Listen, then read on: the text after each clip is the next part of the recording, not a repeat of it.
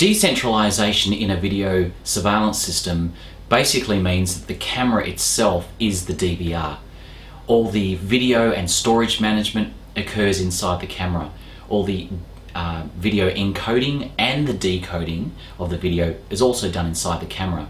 So that means you can record directly to internal SD or CF memory cards. You can record directly to USB or Ethernet attached storage hard disks, or you can record across the network to network attached storage. And this has dropped the cost of the overall system down dramatically.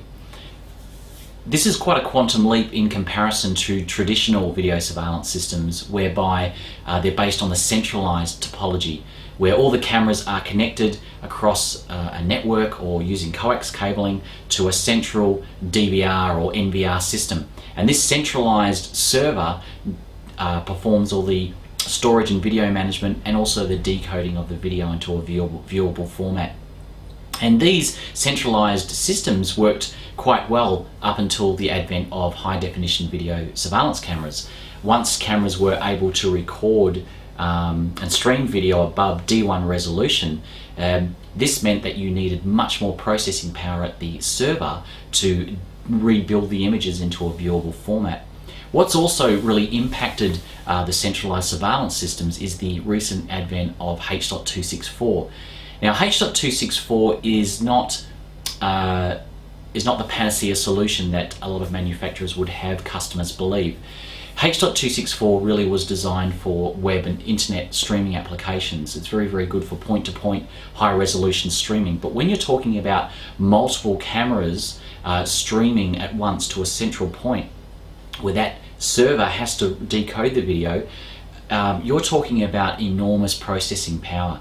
And basically, when you're recording in megapixel or anything above D1 resolution in H.264, you're going to get very, very efficient streaming, very compressed streaming across the network. But when it comes to decoding or rebuilding that video, it's a very, very complex codec, and you're talking about deploying servers with multiple CPUs. Now, while it's true that storage has dropped dramatically, hard disks are quite inexpensive now, but processors haven't dropped in price. CPU manufacturers are producing processors with more functionality, but they're still expensive, especially when you get into multiple CPU servers. And this has been the bottleneck, I guess, or the problem with using high definition video in a centralized topology, because all the load and all the cost is hidden in the back end with the server. And a lot of customers fall into this trap of shopping around to get the best price on the cameras. Once they bought the cameras, then they start shopping around for service specifications and the video management software. The decentralization of video surveillance means you don't need all these expensive back-end systems. While there's more smarts, more intelligence built into the cameras, they are slightly more expensive. You'll probably pay 10 to 15% more per camera. However, the back-end costs saving would be probably about 70 to 80% in some instances.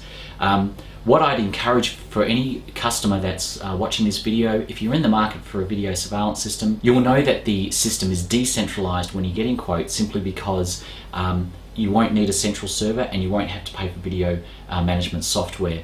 Most of the centralized video surveillance systems are using H.264 or MPEG-4 codecs, so they're pretty easy to identify. But do a cost comparison, and you'll find when you're streaming 10 or more cameras using 1 megapixel or above, you'll find if you go with a decentralized surveillance system, you'll come out with more change in your pocket every time.